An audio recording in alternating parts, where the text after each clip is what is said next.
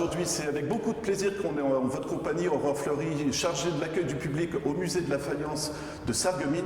Simplement nous présenter un peu le local dans lequel on se trouve, parce que c'est déjà une partie importante de l'histoire de Sarreguemines.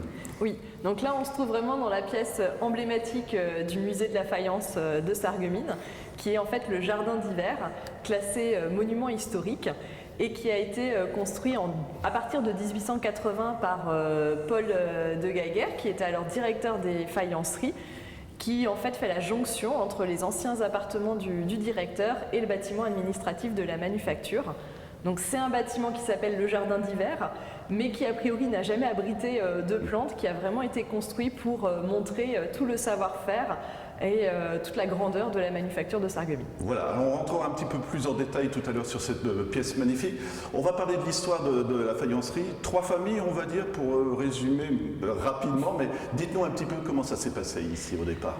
Alors, la faïencerie de Sarreguemines a été fondée en 1790, donc après la Révolution. Et donc rapidement, on a un personnage qui va devenir emblématique, qui est Paul Hutschneider, qui va être directeur de cette faïencerie et qui va contribuer à son essor. Et donc ensuite, on va avoir 2 autres grands directeurs qui vont être liés à Paul Hutschneider, donc Alexandre de Gaguerre, son gendre, qui va avoir la direction de la faïencerie entre les années 1836 et 1870. Et ensuite, Paul de Gaguerre, qui a construit le jardin d'hiver, qui était en fait le fils d'Alexandre de Gaguerre et petit-fils de Paul Hutschneider. Voilà. Alors on en a parlé un petit peu avant, on peut faire un parallèle avec Longwy parce que je vais vous laisser nous développer un petit peu l'histoire. Ville, construction d'usines, mais pas une seule, 2, 3. Je vous laisse nous raconter un peu parce que c'est impressionnant. Et après un casino, enfin voilà, c'est passionnant hein, tout ça. Voilà, donc à l'origine, la faïencerie de Sarreguemines, c'est une usine qui est construite donc à la Révolution, qui va exister pendant notamment tout le directorat de Paul Hutschneider. Et progressivement, la faïencerie va être reconnue pour la qualité de sa production et va se développer en construisant de nouveaux bâtiments. Donc on a 2 autres usines, l'usine qu'on appelle le numéro 2 et numéro 3, qui vont être construites à l'époque d'Alexandre de Gaguerre, avec notamment des fonds qui vont être acquis grâce à l'ouverture de la faïencerie à des actionnaires, parmi lesquels on va compter Villeroy et Bord notamment.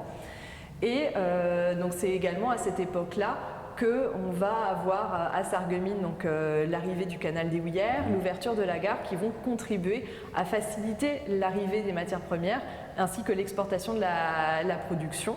On est également dans une période où va se développer la politique paternaliste à Sarreguemines comme dans beaucoup d'autres usines de l'époque.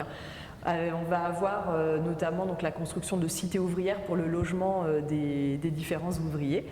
Et donc ensuite, on va avoir, donc toujours dans cet esprit de développement de la manufacture, à partir des années 1870, la construction de ce que nous on appelle l'usine numéro 4, donc qui va être la dernière grande usine la plus moderne, donc à l'époque, qui va se faire notamment sous le directorat de Paul de Gaguerre. Et c'est également à cette période-là que va être construit donc le casino, qu'on appelle aujourd'hui casino, mais qui était en fait à l'origine la Réunion, donc un lieu de loisirs dédié aux ouvriers, à côté duquel va être édifié le pavillon de Gaguerre, donc qui va être une folie bourgeoise du directeur, qui va servir en fait à voir l'ensemble des usines de la faïencerie, mais aussi à être vu. Voilà, et politique paternaliste, il y a une vitrine notamment où on découvre vraiment tous les services qui ont été proposés au personnel aussi. Hein. C'est important de le montrer, hein, j'imagine. Voilà, c'est ça, c'est-à-dire que l'objectif c'est que les ouvriers soient bien au sein de la faïencerie et qu'ils n'aillent pas voilà, dans une autre entreprise, dans une autre usine. Donc on va développer une politique paternaliste avec des loisirs, donc on va avoir plusieurs clubs qui vont être créés. On va avoir donc un service médical, un économat, voilà, beaucoup de choses qui vont être mises en place de façon à faciliter en fait la vie des ouvriers. Voilà. Juste, quand il y avait 4 usines, nous dire à peu près combien il y avait d'employés, parce que c'est impressionnant encore une fois. Hein. Voilà, donc on a eu jusqu'à 3000 ouvriers donc à Sarreguemines. pendant donc l'âge d'or de la manufacture qui était dans les années 1870 pendant l'annexion, donc au moment de la construction de cette dernière grande usine. Voilà, je vous remercie parce que je voulais parler de l'annexion, justement, on est tout proche de l'Allemagne. Histoire avec un grand H, mêlée avec l'histoire de l'usine aussi, finalement.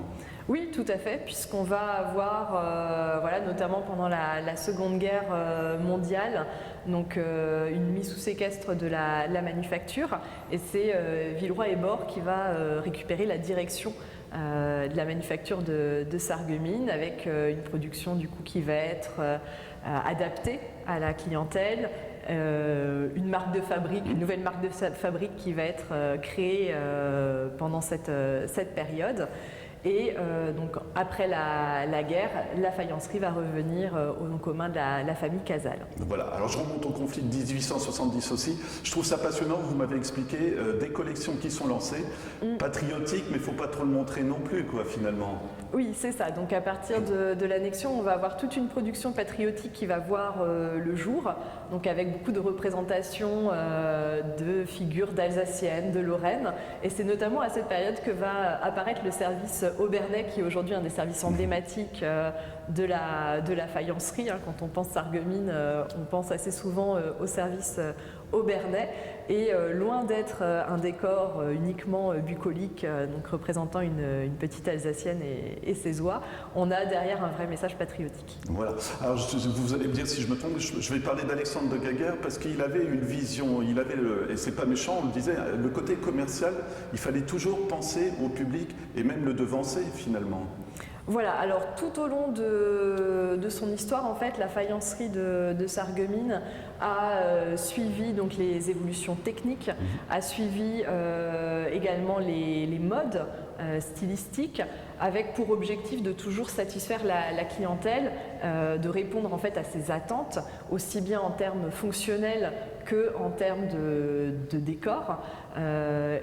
C'est ce qui a permis en fait à la manufacture aussi très certainement de se maintenir pendant plus de 200 ans. Voilà. Côté technique, parlez-nous alors de la photo imprimée. Alors pour le coup, moi je suis perdu, mais expliquez-nous un petit peu ces assiettes illustratives, on va dire, leur évolution. Oui, alors on va avoir beaucoup de développement technique, des brevets qui vont être déposés pour plusieurs techniques, comme par exemple l'imitation des pierres dures, comme l'impression photographique sur céramique. Et donc ça va contribuer au développement également, donc tout ça d'une production qui n'est faite que à Sarreguemines, qu'on ne trouve pas ailleurs, et donc forcément on va avoir des commandes qui vont en découler. En parallèle, on va aussi suivre les évolutions techniques qu'on va trouver également dans d'autres faïenceries, comme les procédés d'impression sur céramique, donc impression lithographique, notamment sérigraphique ensuite. Et donc ça va permettre l'essor de productions, comme par exemple les assiettes historiées, qui vont connaître un grand succès, qui vont partir en fait d'une petite production d'assiettes de table par série de 12, pour devenir vraiment des médias sur lesquels on va présenter les grands hommes de l'époque, les grandes découvertes, les grandes inventions. On va avoir des représentations des grands monuments français. Et donc tout ça va contribuer à une culture visuelle à une époque où on n'a pas accès à l'image comme aujourd'hui.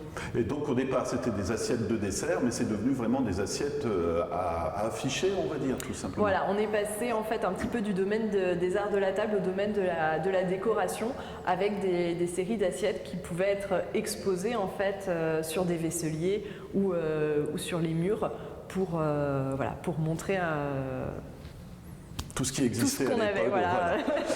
Combien de collections pour l'instant des arts de la table? Vous m'avez dit 300 ou quelque chose comme ça ou... Alors on a eu énormément de productions de séries en fait, d'assiettes historiées. Aujourd'hui on en a plus de 300 qui sont recensées et on a certainement encore des séries à découvrir. On s'adressait à qui quand on voulait vendre ces pièces-là? C'était des personnes importantes, le tout public? Alors vraiment, l'un des atouts de la manufacture de Sarreguemines, c'est qu'elle a su s'adresser justement à une grande clientèle. puisqu'on avait des productions qui étaient extrêmement accessibles. Et en parallèle, on avait également des pièces haut de gamme produites dans des séries beaucoup plus limitées. Côté, encore une fois, visionnaire, on parle des assiettes, mais après, il y a la décoration de la maison. C'est assez fou, hein, tout ce qui était proposé. Voilà, donc on n'y pense pas souvent, mais voilà, la céramique, ce n'est pas uniquement les arts de la table, c'est également donc, tout ce qui va être lié à l'hygiène, tout ce qui va être lié à l'architecture d'intérieur. On a une grande production à Sarreguemines de panneaux décoratifs. Donc on va faire des panneaux, des revêtements en fait de carreaux qui vont être vendus sur catalogue pour être produits en série, être accessibles très largement. Et on va aussi avoir des panneaux de carreaux qui vont être créés avec de grands artistes sur mesure pour certaines marques ou pour certains établissements. J'aimerais bien que vous nous parliez de la cheminée parce que je trouve ça passionnant. En fait, elle est modulable, quoi, quelque part. Voilà, et on avait aussi donc, dans cette céramique d'architecture des objets, donc des cheminées, des poêles, des caches radiateurs qui étaient proposés. Et la particularité, c'est qu'ils étaient vendus également sur catalogue, mais on pouvait choisir les éléments que l'on souhaitait assembler. Donc choisir ses carreaux, la couleur des carreaux, la frise que l'on voulait mettre au-dessus. Et en fait, on pouvait vraiment constituer sur mesure sa propre cheminée. Et c'est pas une question de piège, Aurore, mais on commande. Est-ce que c'est un installateur de Sarreguemines qui vient chez vous ou c'est à vous de vous débrouiller une fois que c'est commandé ? Alors, c'est pas l'installateur de Sarreguemines qui vient. En général, Sarreguemines travaille avec des grossistes, avec des commerçants, et donc c'est eux qui vont commercialiser la production de Sarreguemines. Voilà. Collection éclectique, mais importante aussi. On va parler de l'hygiène, parce que on suit. Alors, pour le coup, on va parler de l'hygiène, mais aussi de l'arrivée de l'électricité. Je mélange un petit peu tout, mais encore une fois, toujours visionnaire ici.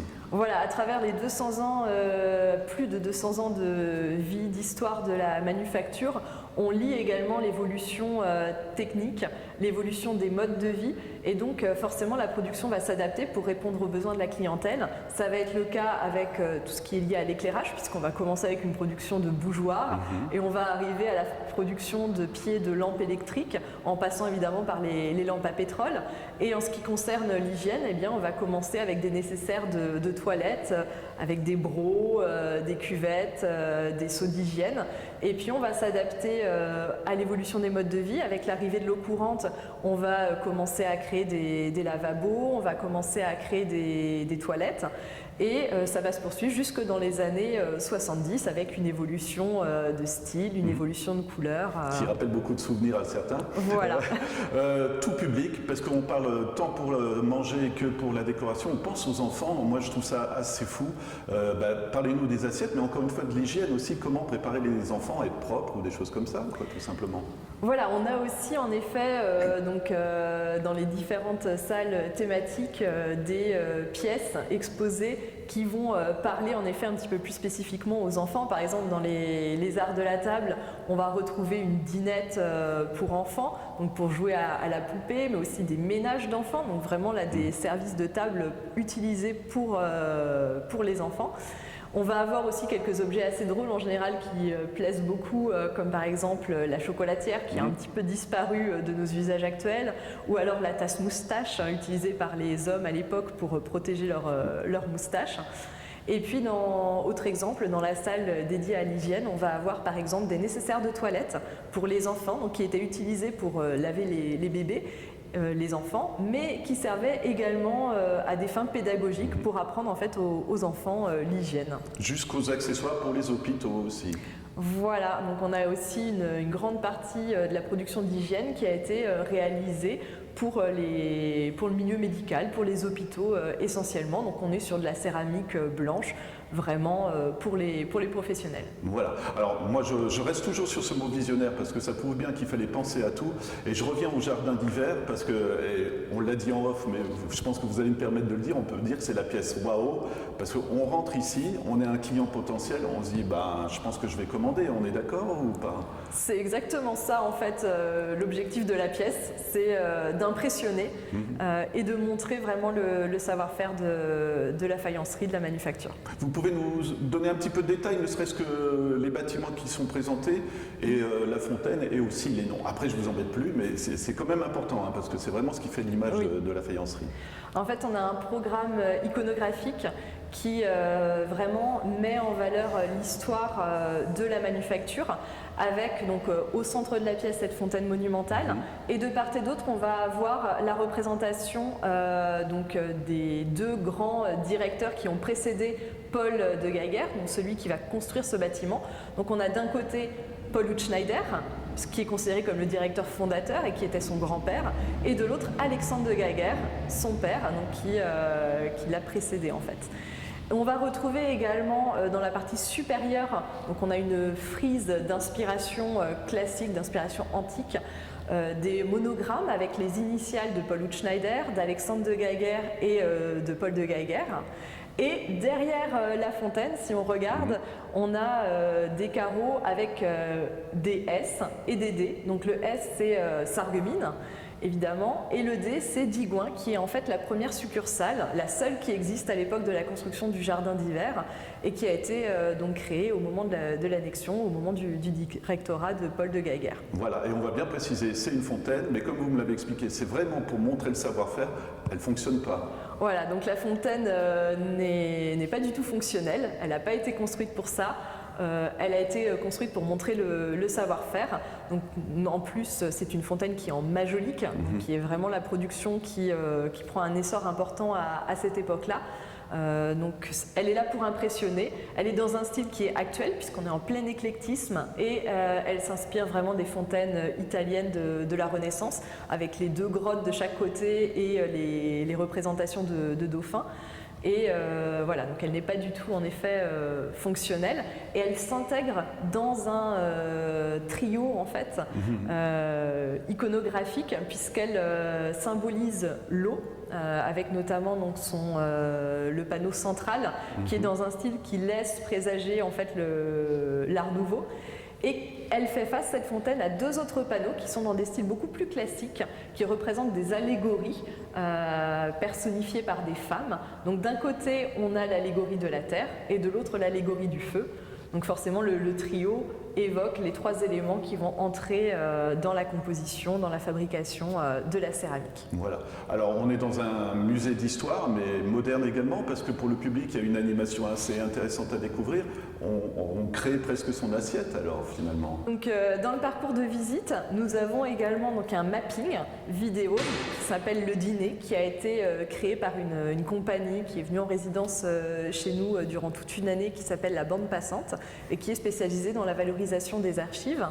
Donc nous on a également au musée des collections, enfin de la documentation avec des photographies d'archives, avec des décors qui ont été réalisés en fait sur papier avant d'être apposés sur la céramique.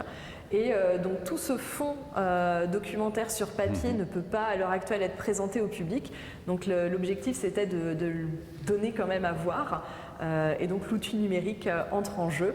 Donc on a aujourd'hui donc ce dîner qui est un vidéo mapping. C'est concrètement une grande table avec 8 couverts qui est dressée.